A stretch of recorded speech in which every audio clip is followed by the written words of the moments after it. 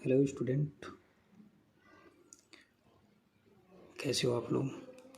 आज हम लोग नया टॉपिक स्टार्ट करने जा रहे हैं जिसका नाम है त्रिकोणमिति। इसका एक छोटा सा इंट्रोडक्शन है जो कि मेरे यूट्यूब चैनल इकरा एनसीईआरटी क्लासेस पर आपको इससे रिलेटेड 10th का मैथमेटिक्स हो गया या फिर 9th क्लास का मैथमेटिक्स हो गया या फिर साइंस हो गया, सीबीएसई बोर्ड के हो गए या अदर बोर्ड के, कोई भी सभी स्टूडेंट पढ़ सकते हैं। बिल्कुल हिंदी मीडियम में पढ़ाया जाएगा, बिल्कुल हिंदी में, जो कि किसी भी स्टूडेंट को दिक्कत ना हो। तो आज का ये नया टॉपिक है जो कि स्टार्ट किया करते हैं। उसका पहला वीडियो इंट्रोडक्शन का है जो त्रिकोणमिति को परिचित कराता है। तो चलिए स्टार्ट करते हैं आज ये नया सेशन आज का, कि त्रिकोणमिति बेसिकली ये गणित की ही एक शाखा है जिसके अंतर्गत हम लोग ऊंचाई और दूरी को मापने के लिए पढ़ते हैं। त्रिकोणमिति जो है ये शब्द अंग्रेजी का है, ट्रिगोनोमेट्री। त्रिकोणमिति तो हिंदी का शब्द है लेकिन अंग्रेजी का जो शब्द है ट्रिगोनोमेट्री इसी से बना है। इसकी जो उत्पत्ति हुई थी वो ग्रीक, ये ट्रिगोनोमेट्री जो है वो ग्रीक शब्द का, ट्रिगोनोमेट्री जो है वो ग्रीक शब्द है जो 3 शब्द से मिलकर बना है, ट्री, गोन और मेट्रोन। ट्री का अर्थ होता है 3, गोन का अर्थ होता है भुजा और मेट्रोन का अर्थ होता है माप। मतलब यूँ कह सकते हैं कि 3 भुजाओं का माप जिसे हम लोग ट्रिगोनोमेट्री के नाम से जानते हैं। बेसिकली ट्रिगोनोमेट्री में भुजाओं और कोणों के बीच के संबंध का अध्ययन किया जाता है जिसे त्रिकोणमितीय अनुपात भी कहते हैं। भुजाओं के संबंध को बताता है, कोण और भुजाओं के संबंध को। सबसे पहले त्रिकोणमिति की जो एप्लीकेशन, सबसे पहले त्रिकोणमिति का एप्लीकेशन जो इस्तेमाल किया गया था, या यूँ कह सकते हैं कि सबसे पहले त्रिकोणमिति पर किए गए जो कार्य हैं वो मिस्र एवं बेबीलोन में किया गया था। प्राचीन में त्रिकोणमिति का प्रयोग पृथ्वी से तारों और ग्रहों की दूरियां मापने के लिए किया जाता था। प्राचीन काल में इससे क्या करते थे लोग कि पृथ्वी से तारों और ग्रहों के बीच की दूरी को मापते थे। अब नेक्स्ट पॉइंट यह है कि त्रिकोणमिति में एक समकोण त्रिभुज के न्यून कोणों एवं भुजाओं के अनुपातों का अध्ययन किया जाता है जिन्हें कोणों के त्रिकोणमितीय अनुपात कहते हैं। यूँ समझ लीजिए कि एक समकोण त्रिभुज का ही एप्लीकेशन पूरे त्रिकोणमिति में लागू होता है। और क्या करता है समकोण त्रिभुज? अपने न्यून कोण और भुजाओं के अनुपात के बारे में बताता है। तो त्रिकोणमिति जो है वो बेसिकली समकोण त्रिभुज के न्यून कोणों एवं भुजाओं के अनुपातों का अध्ययन कराता है जिन्हें कोणों के त्रिकोणमितीय अनुपात भी कहते हैं। नेक्स्ट पॉइंट हम लोग देखते हैं। त्रिकोणमिति के कुछ टर्म्स जो कि इन्हीं के ऊपर बेस्ड है। 6 टर्म्स वैसे होते हैं basically: sine, cos, tan, cosec, sec and cot.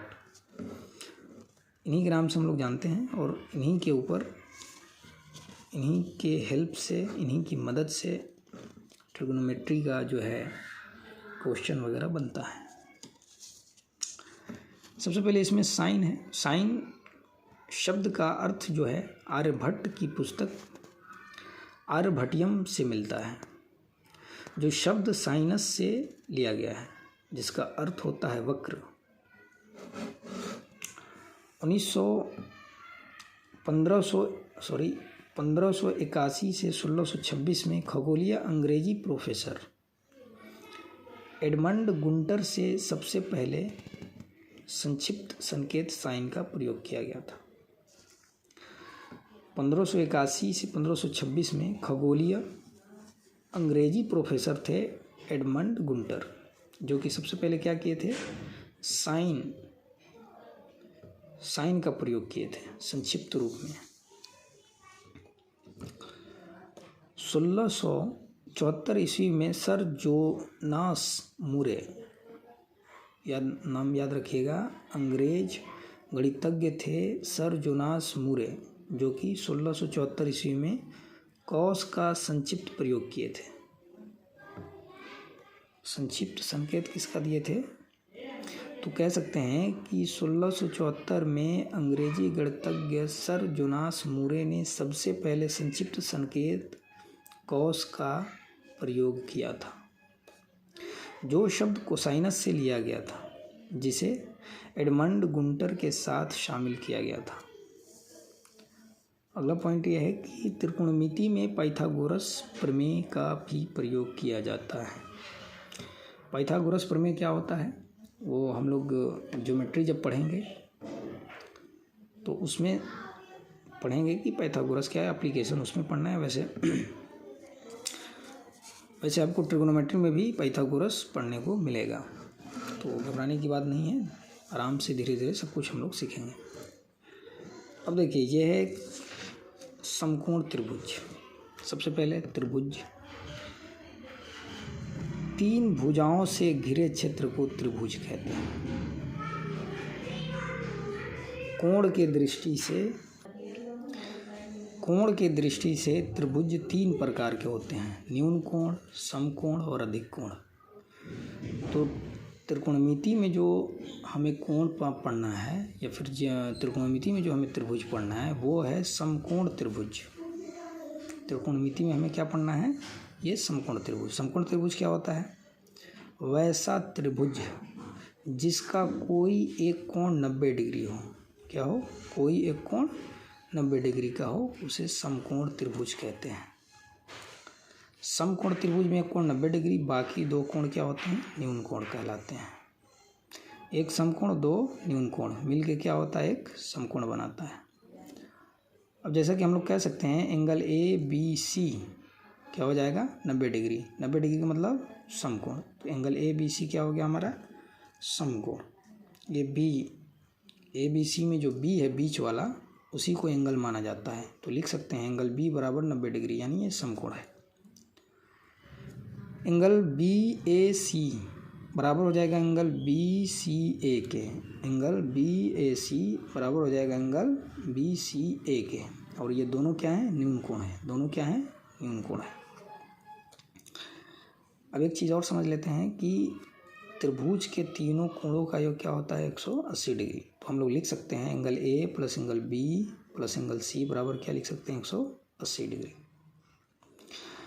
अब चूंकि angle A plus angle C, angle A plus angle C, तो एंगल B तो 90 डिग्री है हमारा, तो एंगल B को उठा के ले जाएंगे कहाँ, बराबर के इस साइड में।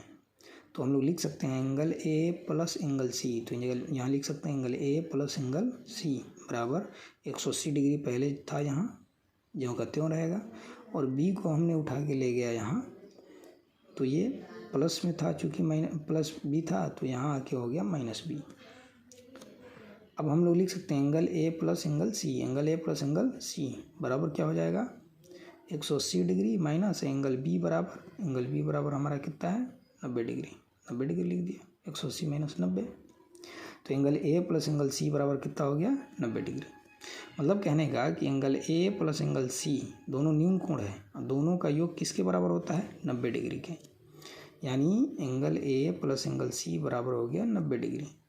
2 न्यून कोणों का योग एक समकोण होता है। क्या होता है, एक समकोण। समकोण का मतलब 90 डिग्री। तो 2 न्यून कोणों का योग कितना हो गया, 2 न्यून कोणों का योग हो गया 90 डिग्री समकोण। अब ये एक कंसेप्ट हो गया कि 2 न्यून कोणों का योग क्या हो गया, 90 डिग्री होता है। अब इसमें एक चीज़ और ध्यान रखना है कि जो समकोण त्रिभुज है, इसमें एक होता है कर्ण, एक होता है लंब, एक होता है आधार। तो आधार और लंब क्या होता है, हमेशा चेंज होते रहता है, कण कभी चेंज नहीं होता है।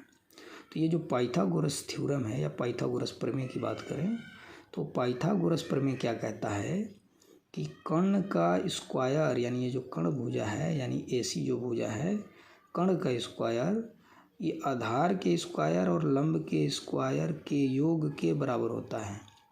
यूँ कह सकते हैं कि AC का स्क्वायर बराबर होगा AB का स्क्वायर प्लस BC का स्क्वायर, या यूँ हम लोग लिख सकते हैं यहाँ पे